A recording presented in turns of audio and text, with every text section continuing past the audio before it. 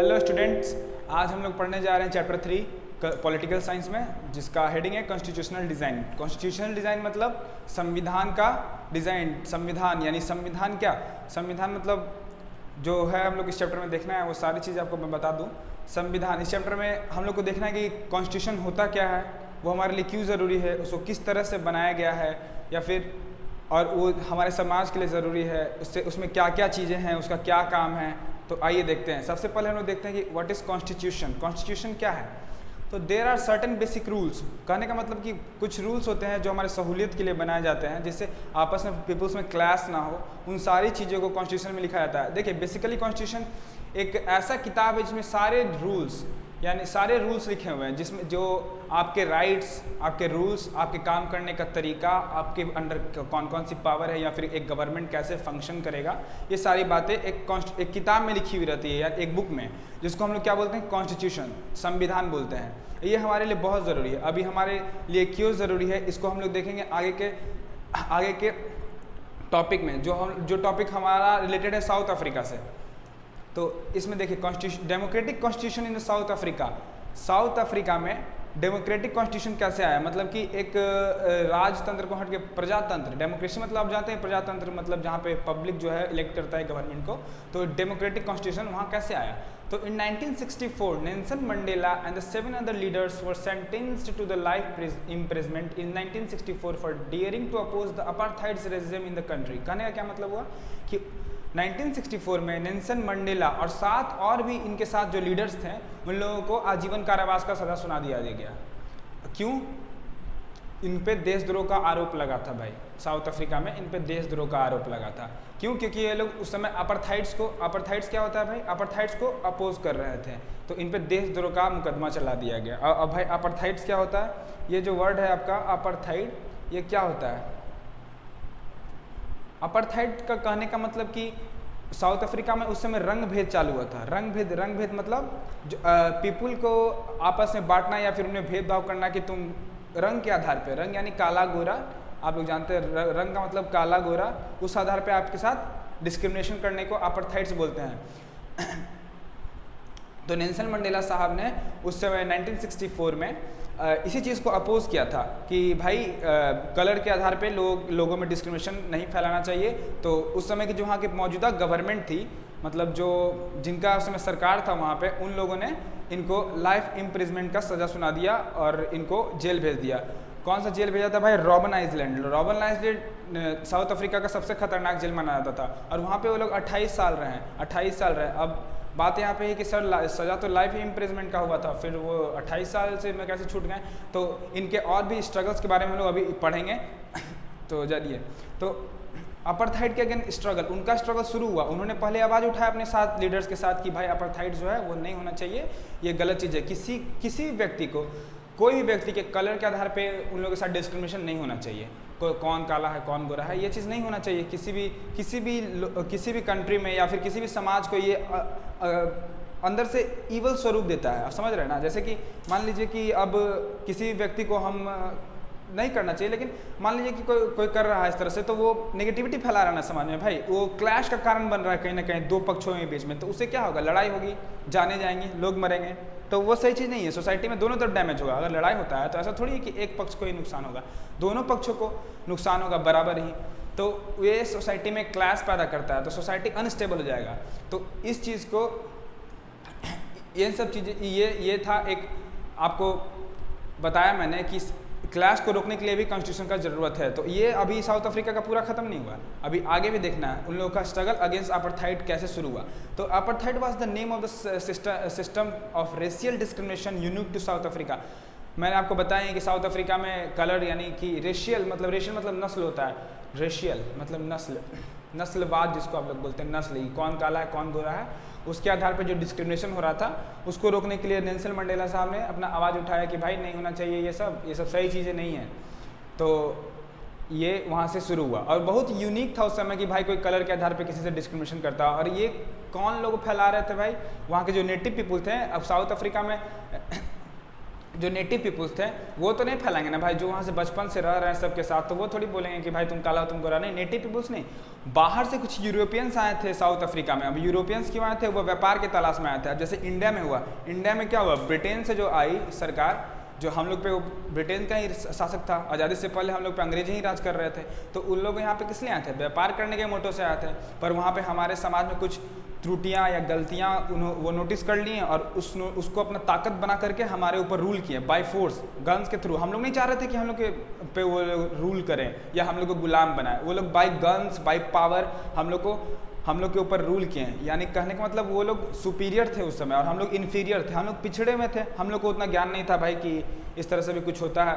और फिर वो लोग आए तो उन लोगों के पास ज़्यादा ज्ञान था हमसे, तो उन लोगों ने हमारे सोसाइटी में फूट डाला, आपस में लोगों को लड़वाया और अपना सत्ता स्थापित कर लिया और अपना ही सरकार बनाने लगे और हम लोग को गुलाम बना लिया। उसी तरह का केस कुछ साउथ अफ्रीका में हुआ। साउथ अफ्रीका में क्या हुआ, जो यूरोपियंस थे उनके कंट्री में गए और वहाँ जा करके उनका मोटो था व्यापार, वो नहीं, पहला उनका मोटो क्या था, व्यापार। फिर व्यापार करते करते वो लोगों ने डिस्क्रिमिनेशन फैलाना शुरू कर दिया। अब व्यापार करने आए तो वो लोग सुपीरियर्स थे, उन लोग के पास बहुत सारा सुख सुविधा पहले से उपलब्ध था, वो लोग थोड़ा बुद्धिमान थे। और ये जो साउथ अफ्रीका के लोग थे उस समय के लोग, वो सब थोड़े इन्फीरियर्स थे, मतलब कि पिछड़े वर्ग से थे। तो पिछड़े वर्ग के थे तो अपर जो आए थे वो लोग अपर रूलर्स, अपर क्लास के जो रूलर्स थे यूरोप से जो आए थे, वो लोग उस पर इम्पोज कर दिए बाय गन, बहुत फोर्सफुली उन पर इम्पोज किए अपना रूल्स और रेगुलेशंस को और बोले कि नहीं भाई जो हम चाहेंगे वही होगा, ये कंट्री हमारा आधिकारिक तौर पे। उस तरह से उन लोगों ने ऐसा किया। और अब भाई वाइट और ब्लैक, यूरोपियंस जो वाइट थे और जो साउथ अफ्रीका के नेटिव पीपल थे ब्लैक, वो लोग आपस में वो तो दो नस्लें बढ़ चुके थे, लेकिन वहाँ पे एक और था, देखिए लिखा हुआ, बिसाइड दिस टू ग्रुप्स, इन लोगों के अलावा there are people who from mixed races who were from India. अब कुछ माइग्रेट पीपल तो हर जगह होते हैं भाई, इंडिया से भी कुछ लोग वहाँ गए थे जो मिक्स रेसेस के थे, जो कि ब्लैक और वाइट दोनों रेसेस के सांवले तरह कह सकते हैं। तो उन लोगों को भी वो लोग ब्लैक की तरह ही ट्रीट करते थे। द वाइट रूलर्स, जो वहाँ के वाइट रूलर्स थे, जो यूरोपियंस थे, उन लोगों के भी वो लोग नॉन वाइट की तरह ट्रीट करते थे। जो नॉन वाइट थे उनको कलर्ड कहा जाता था उस समय, यहाँ डेफिनेशन लिखा हुआ है, non white are called coloured. लेकिन जो मिक्स रेसेस के इंडियन पीपल्स थे उन लोग को भी वो लोग नॉन वाइट की तरह ही मतलब ट्रीट करते थे। उन लोगों का देखिए यहाँ लिखा हुआ था, people who are migrated are inferior. India के वही पीपल्स थे जो इन्फीरियर पीपल्स, जो पिछड़े में थे, वो माइग्रेट कर चुके थे वहाँ साउथ अफ्रीका की तरफ, तो उन लोगों के भी वो लोग नॉन वाइट की तरह ट्रीट करते थे यूरोपियंस। अब इतना ज़्यादा डिस्क्रिमिनेशन उन्होंने फैला दिया वहाँ पे कि लोग आपस में बंटने लगे। अब वहाँ पे ये हो गया भाई कि जो ब्लैक लोग हैं वो लोग अपना अलग ट्रांसपोर्ट सिस्टम है, मतलब उनका ट्रेन अलग हो गया, बस अलग कर दिया, taxi, hotel, hospitals, college, swimming pool, सब कुछ अलग कर दिया। उन लोगों ने कंप्लीट सेग्रेगेशन कर दिया, पूरा अलगाववाद मतलब अलग कर दिया। सेग्रेगेशन मतलब अलगाववाद होता है। वो लोगों को हर बेसिस पे बांट दिया गया कि भाई काला लोग, ब्लैक लोग का खाने का जगह अलग, वाइट लोग का खाने का जगह अलग। तो इस तरह से डिस्क्रिमिनेशन यूरोपियंस ने वहाँ फैला दिया और लोगों को आपस में लड़ाने का प्रयास नहीं किया। वो लोग चाह रहे थे कि हम लोग सुपीरियर्स हैं तो वाइट ब्लैक करके हम लोग का हमेशा यहाँ राज रहे और हम लोग यहाँ हमेशा राज करते रहे, क्योंकि वाइट लोग तो वहाँ सुपीरियर्स बन के आए थे ना, और जो वहाँ पे पहले से नेटिव लोग थे, वहाँ के जो लोकल पीपल्स थे, उन लोग इन्फीरियर्स थे, उनको लोग को उतना ज्ञान नहीं था। तो उनका फर्ज बनता है क्या, उन लोगों को ज्ञान देना, लेकिन उन लोग ऐसा नहीं किए। वो लोग देखे कि ये लोग कमज़ोर है तो उन पर राज करना चाहा, उन लोगों को नीचे दबा के रखना चाहा, समझे, नीचे दबा के रखना चाहे, गुलाम बना के रखना चाहा। तो ऐसा तो इस कारण से नेल्सन मंडेला साहब जो थे उन्होंने अपोज किया 1964 में कि भाई इस तरह से चीज़ें नहीं होनी चाहिए, हम लोग एक ही कंट्री में हैं, एक जगह ही रहते हैं, एक ही सोसाइटी में रहते हैं, तो हम लोग साथ ऐसा डिस्क्रिमिनेशन क्यों।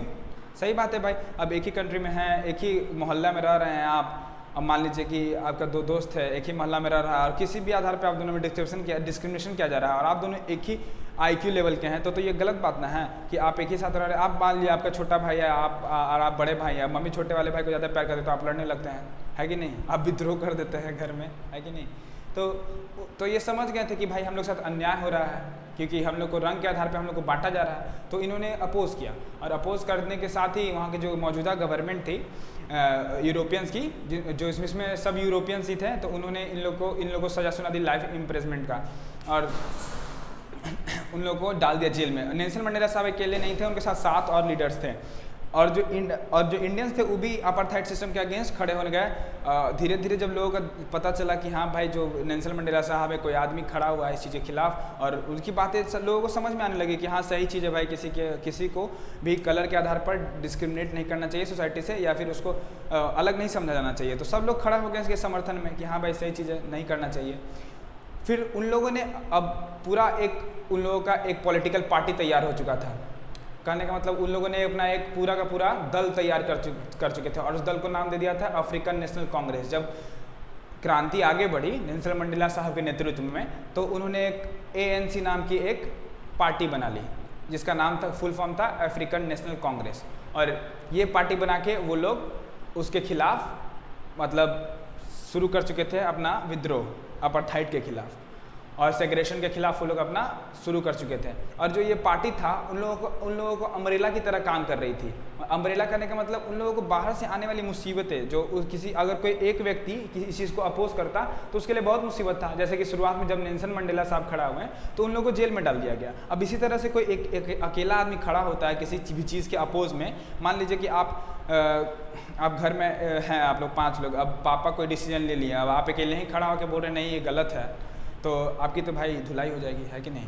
तो वही ये जब अफ्रीकन नेशनल कांग्रेस बना तो इसमें बहुत सारे लोग थे, सब लोग एक चीज़ के अगेंस्ट खड़ा हो रहे थे। तो ये अम्ब्रेला की तरह काम कर रहा था, मतलब बचा रहा था लोगों को। जैसे अम्ब्रेला हम लोग को धूप और पानी से बचाता है ना, उसी तरह ये पार्टी उस समय जो प्रोटेस्टर थे, जो स्ट्रगल थे, उन लोगों को अम्ब्रेला का काम कर रहा था। बाहर से आने वाली मुसीबतों से बचा रहा था। जो गवर्नमेंट एक्शन ले सकती थी, अगर कोई अकेले इस चीज़ को अपोज करता तो गवर्नमेंट उस चीज़ पे एक्शन लेती। जैसे नेल्सन मंडेला साहब ने किया तो उन पे एक्शन लिया गया, उनको आजीवन कारावास का सज़ा सुना दिया गया और जेल भेज दिया गया। लेकिन जब अफ्रीकन नेशनल कांग्रेस बना तो उसमें तो एक आदमी नहीं है भाई। अब एक आदमी नहीं है तो मान लीजिए 100-150 आदमी है, तो उनको सज़ा देना थोड़ा मुश्किल का काम है। लोग उनकी बातों को सुनना ही पड़ेगा, आप कुछ भी कर लीजिए, सुनना ही पड़ेगा। तो वो लोग यूनाइट होकर एक पार्टी बना चुके थे, African National Congress. Many sensitive white also join to ANC। अब जो वाइट की तरफ लोग थे और वो लोग जान रहे थे कि नस्ली भेदभाव गलत चीज़ है, वो लोग थोड़े समझदार थे, समझ रहे थे कि हम लोग एक सोसाइटी में रह के नस्ली भेदभाव या फिर नस्ली भेदभाव गलत ही है, वो किसी भी तरह से सही नहीं है। वो लोग भी समझदार थे, समझ रहे थे कि हाँ भाई नस्ली भेदभाव सही नहीं है, तो वो लोग भी ANC को ज्वाइन कर लिए थे।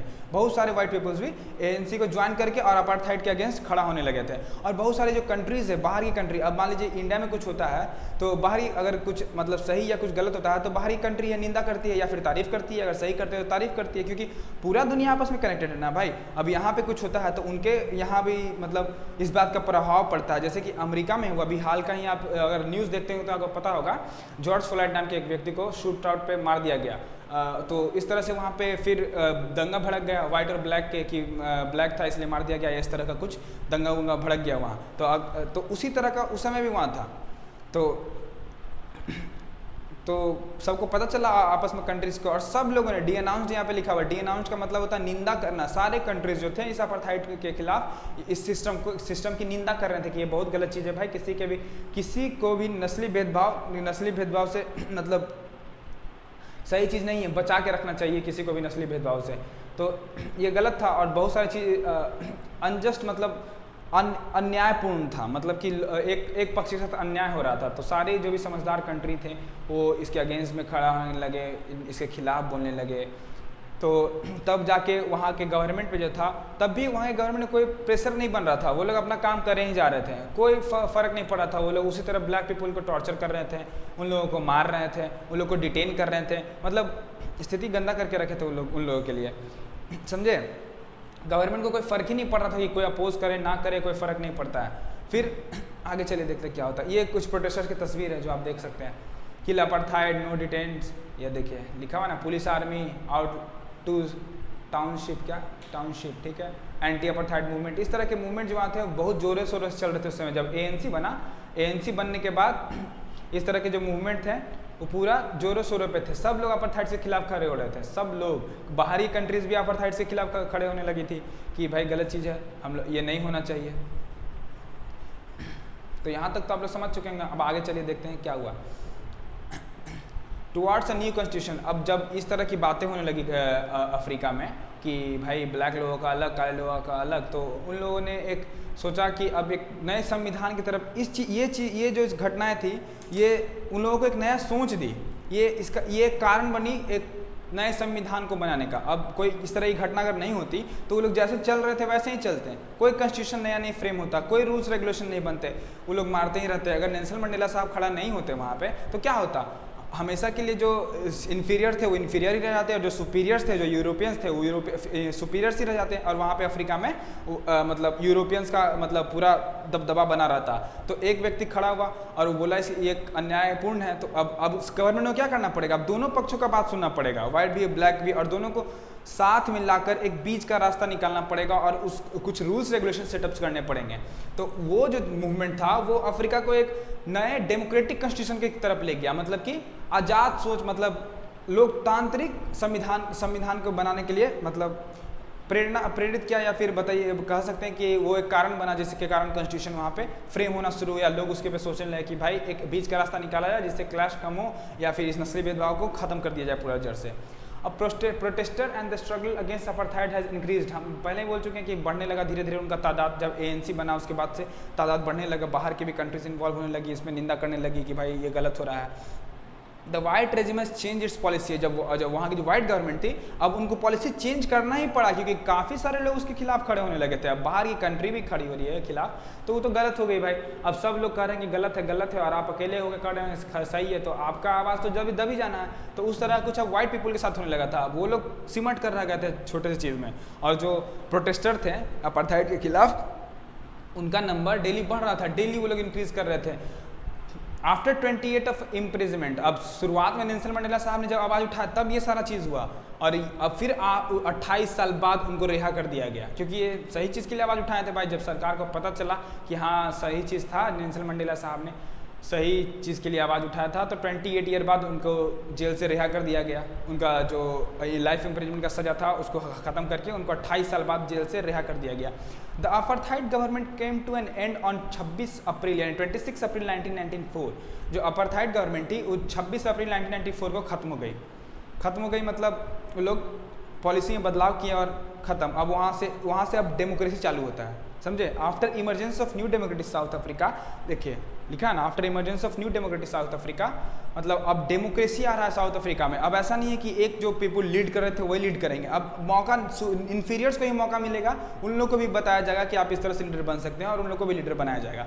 Black leaders appeal to fellow blacks to forgive the white for the atrocities they had committed while in power. कहने का क्या मतलब हुआ भाई कि जो ब्लैक लीडर थे वो लोग अपील करें कि जो वाइट लोग थे वो लोग को माफ़ कर दिया जाए, जो भी वो आर्ट्रोसिटीज़ मतलब फॉर जो अन्यायपूर्ण बिहेवियर उन लोगों का था हमारे प्रति, उसके लिए उन्हें माफ़ कर दिया जाए। और जब वो लोग पावर में थे तो हम लोगों के खिलाफ जो वो लोग अन्यायपूर्ण डिसीजन लेते थे या फिर जो अन्यायपूर्ण संविधान था इस देश का, उनके लिए उन लोगों को माफ़ कर दिया जाए। ब्लैक लीडर का ऐसा कहना था उस समय। फिर after 2 years of discussion and the debate they came out with one of the finest constitution they gave to a citizen the most extensive right available in the country. और जब अब 28 साल बाद उनको रिहा कर दिया गया, अपार्थाइड गवर्नमेंट ख़त्म हो गई, तो 2 साल बाद डिस्कशन हुआ, डिबेट हुआ, और ये सब चीज़ें में 2 साल लग गया। और फिर साउथ अफ्रीका में एक नया कॉन्स्टिट्यूशन फ्रेम कर दिया गया, समझे। वहाँ एक नया कॉन्स्टिट्यूशन फ्रेम कर दिया गया और वहाँ पे लोगों को राइट्स देने लगे। अब कलर के आधार पे अपार्थाइड पूरी तरह से ख़त्म हो चुका था। वहाँ के जो नेटिव पीपल्स थे, जो इन्फीरियर्स थे, उनको भी राइट मिलने शुरू हो गए, और वो लोग एक नए डेमोक्रेटिक कंट्री की तरफ आगे बढ़ चुके थे, और वहाँ से उन लोगों का कॉन्स्टिट्यूशन फ्रेम होने लगा था। तो थैंक यू दोस्तों, आज के लिए बस इतना ही। आगे का लेक्चर हम लोग नेक्स्ट वीडियो में देखेंगे। Thank you.